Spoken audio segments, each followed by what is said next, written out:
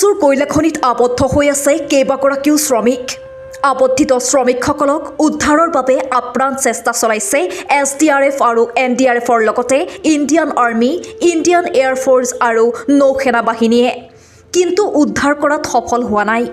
উমৰাংচুৰ এইখন মৰণফান কয়লা খনি কাৰ ছত্ৰছায়াত দীৰ্ঘদিনৰ পৰা চলি আছিল সেয়া এই মুহূৰ্তত ৰহস্যৰ আৱৰ্তত। উমৰাংচুৰ কয়লা খনিত আবদ্ধ হৈ আছে কোকৰাঝাৰৰ 2 শ্ৰমিক। 2 পৰিয়ালৰ মাজত এতিয়া হাহাকাৰময় পৰিস্থিতিৰ সৃষ্টি হৈছে। উঠিছে কান্দোনৰ ৰোল।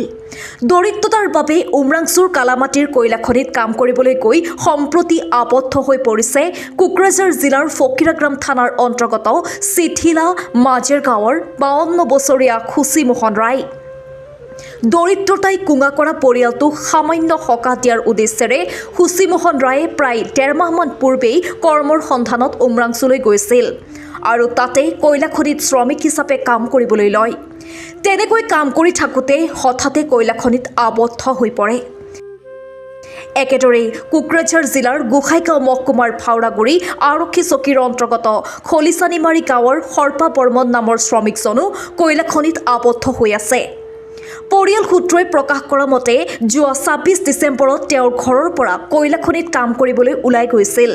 তাৰ পিছত পৰিয়ালৰ সৈতে যোৱা 4 জানুৱাৰীত ফোনযোগে কথা হৈছিল। এনে সময়তে কয়লা খনিত আবদ্ধ হোৱাৰ বাতৰি প্ৰচাৰিত হোৱাৰ পিছতেই সৰ্পা বৰ্মনৰ বাসগৃহত বহু লোক গোট খাইছে আৰু দুশ্চিন্তা শোকত ভাগি পৰা পৰিয়ালটোক সান্তনা দিছে। তদুপৰি সৰ্পা বৰ্মনৰ লগতে আবদ্ধ হৈ থকা আন শ্ৰমিকসকলৰ উদ্ধাৰৰ বাবে বিশেষ ব্যৱস্থা গ্ৰহণ কৰিবলৈ মুখ্যমন্ত্ৰী হিমন্ত বিশ্ব শৰ্মাৰ প্ৰতি কাতৰ অনুৰোধ কৰিছে পৰিয়ালবৰ্গই। দেউতা কেতিয়া ঘৰৰ পৰা ওলাই গৈছে? 26 ডিচেম্বৰ 2024। ক'ত গৈছে? কয়লা খনিত কাম কৰিব। আৰু জানুৱাৰীৰ 4 তাৰিখে ৰাতি 7 বজাত কল কৰিছে। তেতিয়া কথা পাতিছিলোঁ।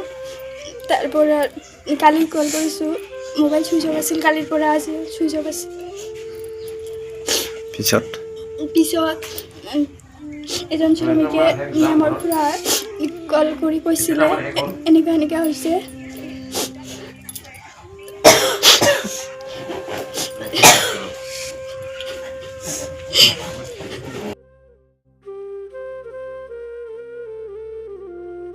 News Desk PN Live Fast.